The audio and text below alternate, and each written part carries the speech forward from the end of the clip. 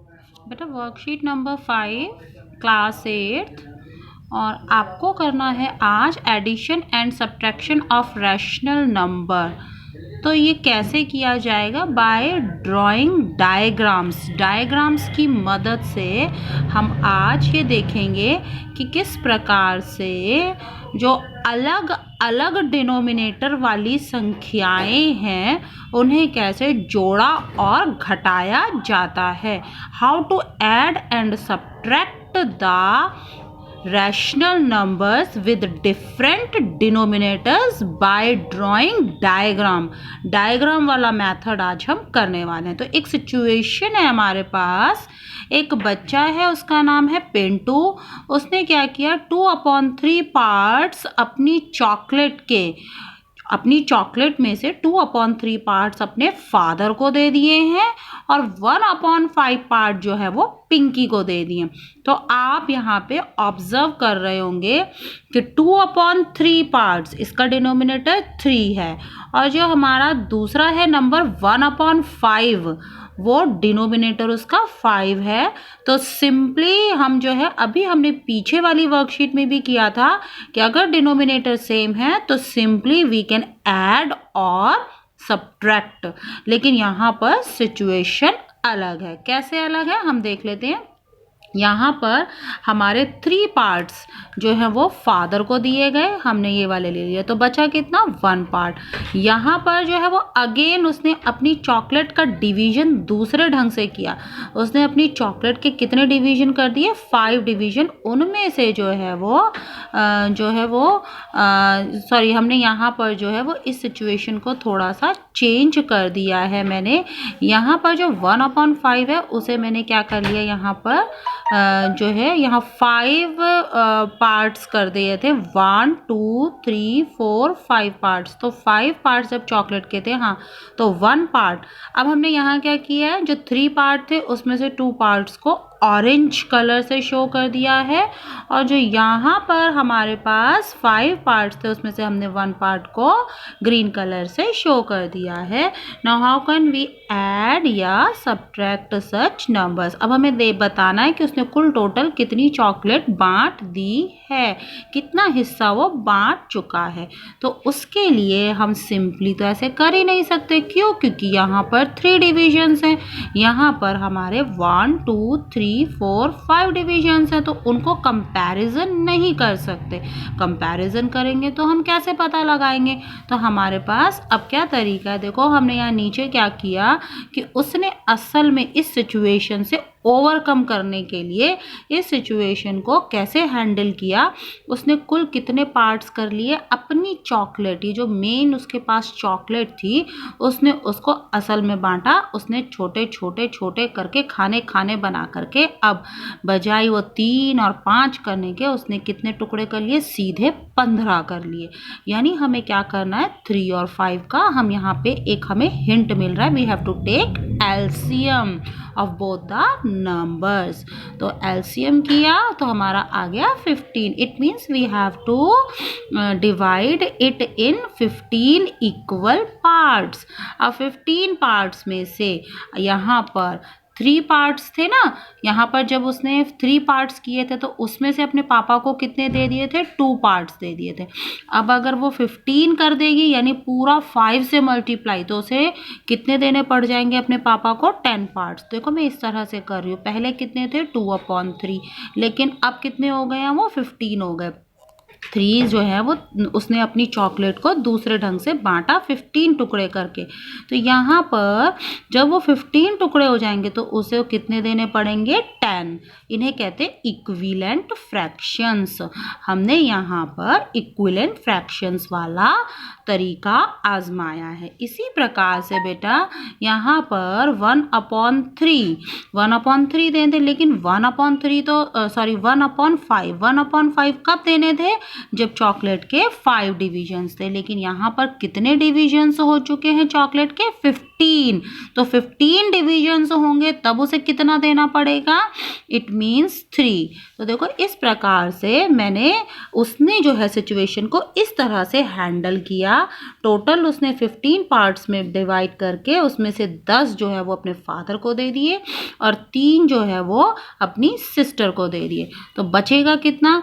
5 5 10 ये चले गए, मतलब टोटल कितना दे चुका है वो? टोटल दे चुका है वो यहाँ से 10 अपने फादर को दे दिए हैं और 3 यहाँ पर जो है वो अपनी सिस्टर को दे दिए। तो हमारे पास टोटल उसने कितने दे दिए हैं, तो हम यहाँ पर शेडेड पार्ट्स को गिन करके इसका उत्तर निकाल लेंगे। तो कितने दे दिए हैं उसने यहाँ पर? 13 पार्ट्स। तो हमारा उत्तर आ गया 13/15। ठीक है, अब हमें ये सारे क्वेश्चन जो कुछ सिचुएशंस थी वो बाय ड्राइंग डायग्राम करना था। हालांकि ये इतना ऑथेंटिक मेथड नहीं है, पर मैंने ये सोचा जब वर्कशीट में डायग्राम मेथड दिया हुआ है तो आज हम डायग्राम मेथड से ही कर लें। नेक्स्ट टाइम हमें एलसीएम मेथड ज़रूर वहाँ पर आएगा ही आएगा करने के लिए। ठीक है, तो सेम सिचुएशन है बेटा, 3/8 - 1/4। इसको मैंने किस तरह से हैंडल किया है? मैंने यहाँ पर ले लिया ये मैंने बना लिया। यहाँ पर कितने डिविजन्स? 8 डिविजन्स। उसमें से कितनों को कलर कर लिया? 3 को। और यहाँ पर भी सेम 8 डिविजन्स ही लिए हैं। अब 8 डिविजन्स लिए हैं तो जब 4 डिवीजन थे तो 1 दिया, 4 में से 1। तो जब 8 हो गए तो 8 में से कितने करने पड़ेंगे? 2। अब यहाँ पर देखो, यहाँ पर तो हमने सारे शेडेड पार्ट इकट्ठे कर लिए थे, उनको गिन लिया था कि कुल कितने हो गए, लेकिन यहाँ पर हमें सब्ट्रैक्ट करना है। सब्ट्रैक्ट का मतलब है हटाना है, काटना है। कितने थे ऑलरेडी? कितने थे शेडेड? 3।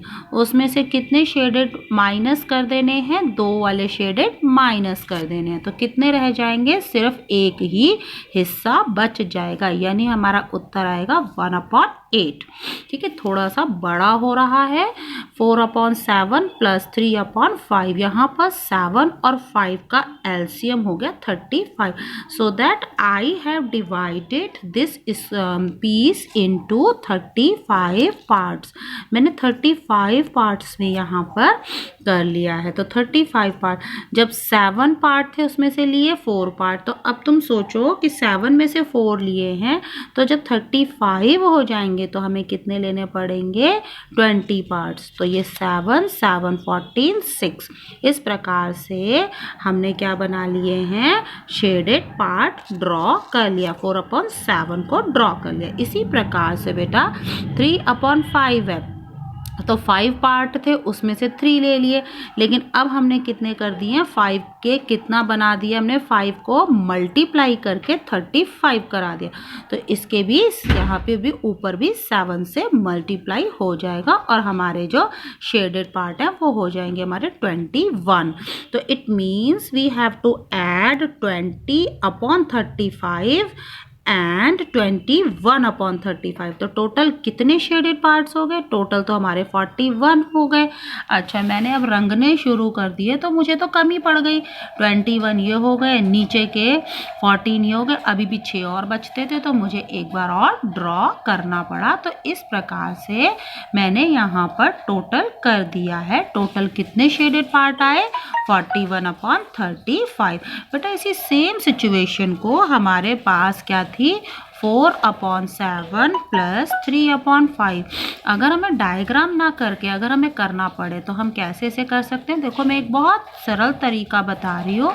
इसे 5/5 से कर लेंगे और जो ये दूसरा नंबर है इसे 7/7 से कर लेंगे। तो इस प्रकार से हमारा आ जाएगा 20/21 + ये हो जाएंगे 20/35 प्लस 21/35। तो ये भी हमारा प्लस करके आ रहा है 41/35। तो ये बहुत एक छोटा सा जो है वो मैंने यहाँ पर सिंपल मेथड बना दिया, क्योंकि हम एग्जाम्स में या अपनी कॉपी में आगे डायग्राम मेथड से तो नहीं करेंगे, है ना। हम आगे यही वाली अप्रोच से चलेंगे। देखो क्या किया है, थोड़ा सा और मैं बता देती हूँ। यहाँ नीचे 7 था, यहाँ 5 था, तो इन दोनों नंबर्स को 5 से मल्टीप्लाई, और यहाँ पर 5 था तो दोनों को ही 7 से मल्टीप्लाई। तो ये आ गया हमारा 20/35, और ये बन जाएगा हमारा 21/35। दोनों को अब ऐड कर देंगे, सेम डिनोमिनेटर्स वाली सिचुएशन हो गई।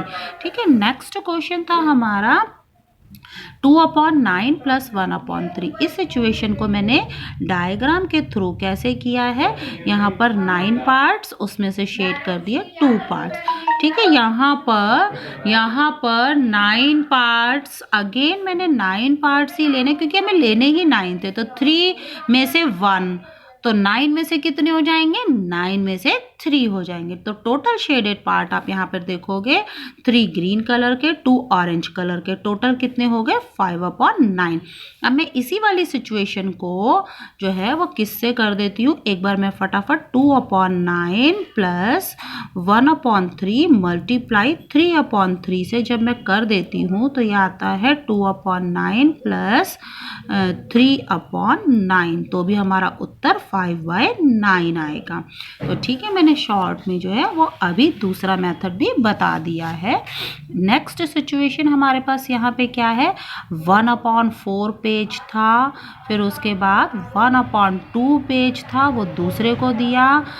तो मैंने उसको जो है वो यहाँ पर इस प्रकार से, ये हो गया 1/4 हमने शेड कर दिया, 1/2 को शेड इस प्रकार से कर दिया। कैसे किया मैं बेटा फिर बता रही हूँ, मैंने 2 का डबल कर लिया था, 4 पार्ट कर लिए थे, तो इसीलिए न्यूमरेटर में भी डबल कर लिया। ठीक है, इक्वल टू अब टोटल कितने पार्ट्स को शेड कर लिया हमने, टोटल 3 पार्ट्स को शेड कर लिया।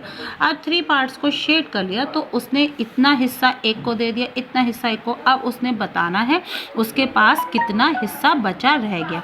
तो टोटल कितने हिस्से थे, 4/4, टोटल पूरा 4/4 था। उसमें से वो दे कितना चुका है, 3/4। तो वापस जो रह जाएगा उसके पास जो अब रह गया वो बचेगा हमारे पास 1/4। ये 3 तो कट हो गए, ये कट, ये कट, ये कट, इतने दे दिए, इतने बांट चुका, तो बचा 1/4।